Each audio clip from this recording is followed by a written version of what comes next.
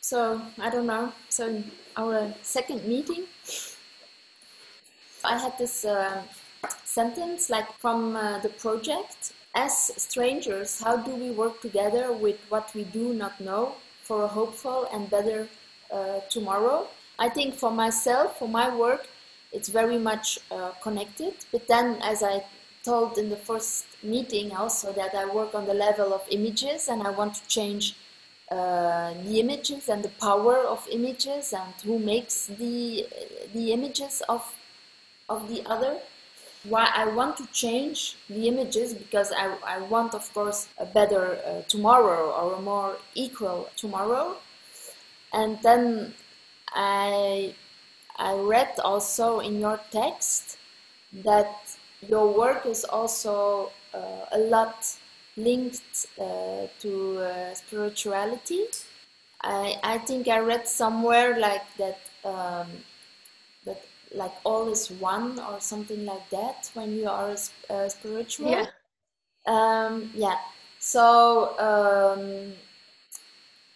yeah. So I was also thinking a little bit, trying to connect this to my work, because I'm also always thinking about how can we be one, because of course we are not one. We are not everyone is equal, for example. But I do believe that if we need like to become like not a collective, but like if we will think in a more a collective way, also that lots of things have to be changed first. Hmm. I'm thinking more like on a abstract level. Um, um, about the feeling or the experience that people sometimes have of being connected with the world in general. Like me, I mean, people and the physical world and the spiritual world and all the layers of being.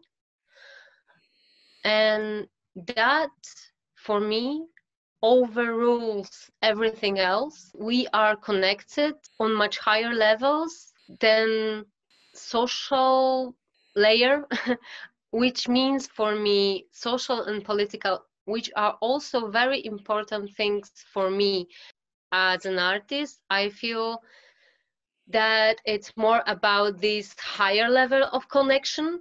For example, so the simplest example, it's nature. Like, it's different in different parts of the world, but when you look at the sky, whenever you are, it's the same. The movement to look upwards, it's somehow, as it is, it's spiritual in a way for me, because we have our problems and our lives, and it's all entangled, it's social, political, and so on. But for me, a way to approach that comes from looking upwards. So it's always the connection from above to below, or it's how I feel it. I know how it sounds, and it's very ideal, um, mm, but this is how I experience this in my everyday life. If you say like we are all humans, then for me it's also very difficult, because I know that in my country, in Belgium, not everyone is equal actually. I mean, and it's not in my country, it's everywhere. If you are in Europe and you have a non-European background, then it's not so easy always for you. And then you see that you are less human than other humans. And for me, that's very important, and it's very also necessary to have like this basic um, uh, conditions, that they are equal for everyone. And so it's very difficult for me to connect with some other people.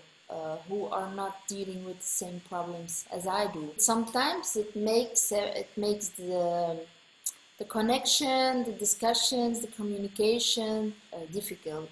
And we also, for me, I also want to be just human, like everyone else, of course. I also would like to feel this higher spirituality and so on.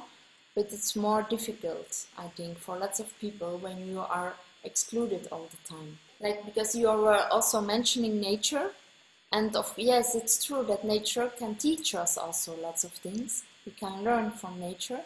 And there is also, I think we also need to look for some kind of a balance. I mean, a balance in a way, like a more equal relations between humans.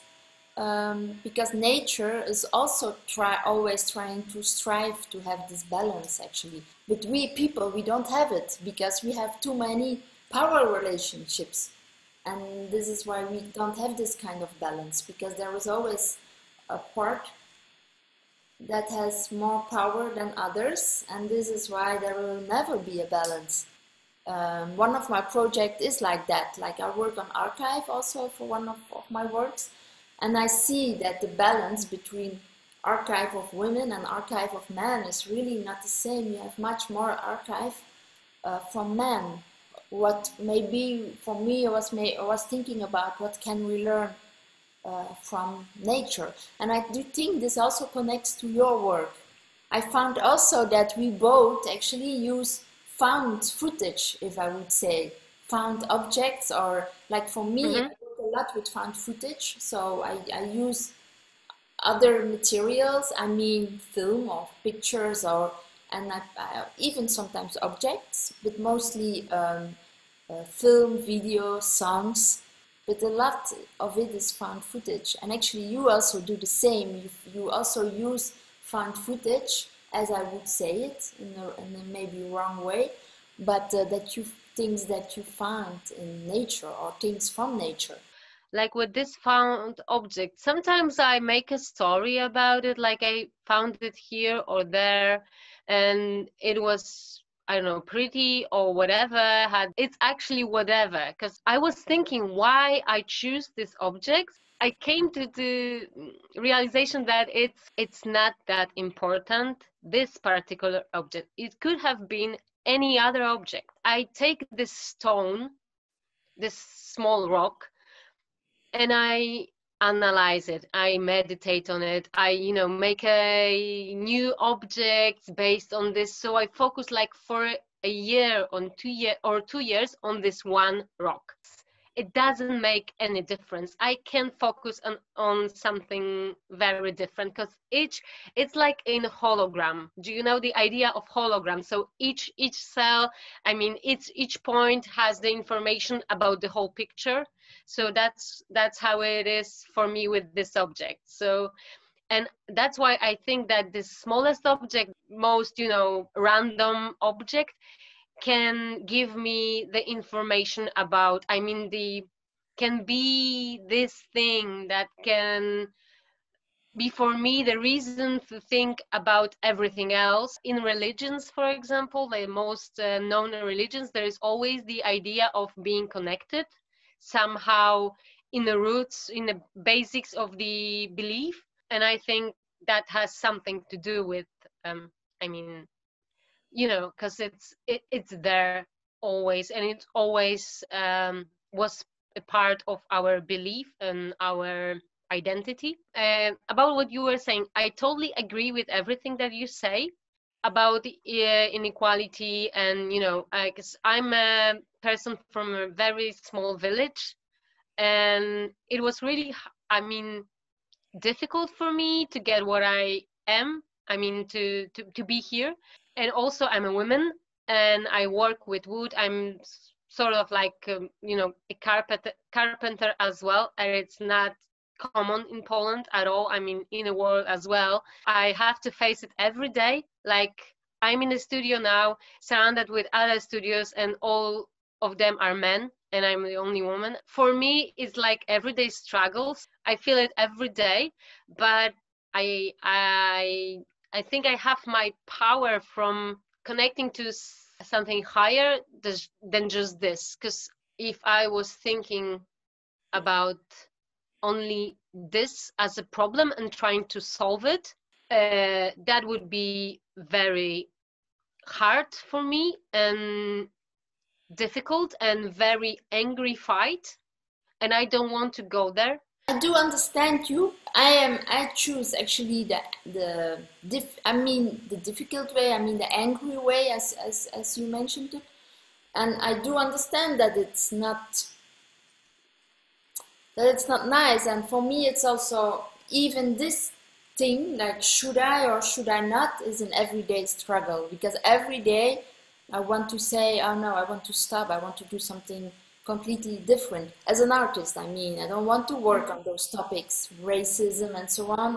I just want to work and not be busy with trying to change everything and so on. Yeah, so I do understand that sometimes it's also a way of trying to deal with it, like, because this is also a way of dealing with it. It's not dealing with it, or dealing with it in another way, because it's not that you're not dealing with it, you just try to do your job, actually, which is also something.